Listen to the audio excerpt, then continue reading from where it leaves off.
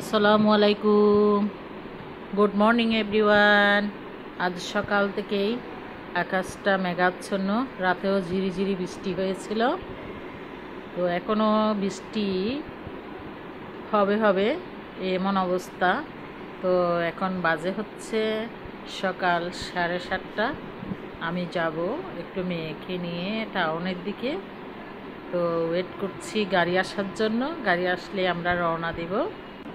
তো কথা হচ্ছে, জীবন চলার পথে আপনি কারো উপর আশা প্রত্যাশা না রেখে নিজেকে নিজে সব সময় পজিটিভ মাইন্ডে এবং অ্যাক্টিভ থাকার চেষ্টা করবেন।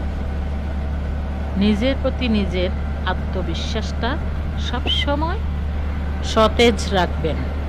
দেখবেন আপনার চেয়ে শান্তিতে আর কেউ নেই।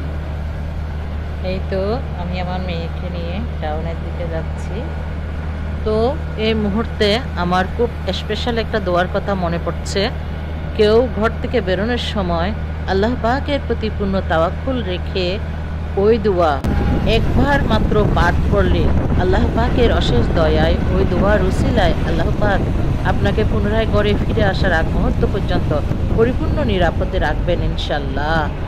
সেই দোয়াটা হচ্ছে, বিসমিল্লাহি তাওয়াক্কালতু আল্লাহ লা হাওলা ওয়ালা কুওয়াতা ইল্লা বিল্লাহ। একটা কথা হচ্ছে কি জানেন, আপনি যখন বিশ্বাস করবেন, পরিপূর্ণ বিশ্বাসটা পাকে পরওয়ারদিগার রাব্বুল আলামিনের প্রতি রাখবেন। সবসময় রাব্বুল আলামিনের প্রতি পূর্ণ তাওয়াক্কুল রাখবেন এবং নিজেকে সবসময় পজিটিভ মাইন্ডে রাখবেন। কারো প্রতি কোনো আশা প্রত্যাশা রাখবেন না। সকল আশা প্রত্যাশা আকাঙ্ক্ষা আবদার সব পাকে পরওয়ারদিগার রাব্বুল আলামিনের প্রতি রাখবেন। তাহলেই জীবন সুন্দর আর সহজ। পৃথিবীতে স্পেশাল কোনো সুন্দর বলে কোনো কিছুকে আখ্যায়িত করা যায় না। আপনার মন যত সুন্দর, পৃথিবীতে সব কিছুই তত বেশি সুন্দর। আর আপনার মনে যতক্ষণ রয়েছে প্রকৃত ভালোবাসা, ততক্ষণ আপনার কাছে সব কিছুই সুন্দর।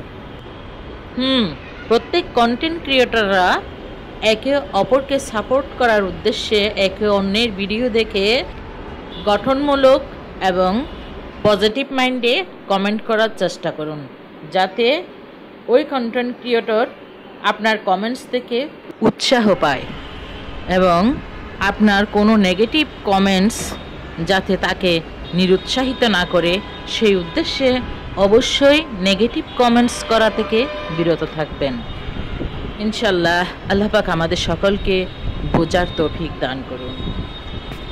একটা কথা কি জানেন, আপনি যখন কারো কাছ থেকে মন্দ আচরণে খুব বেশি মর্মাহত হবেন, তখন অস্থির না হয়ে খুব বেশি চুপচাপ থাকুন, নীরবতা পালন করুন।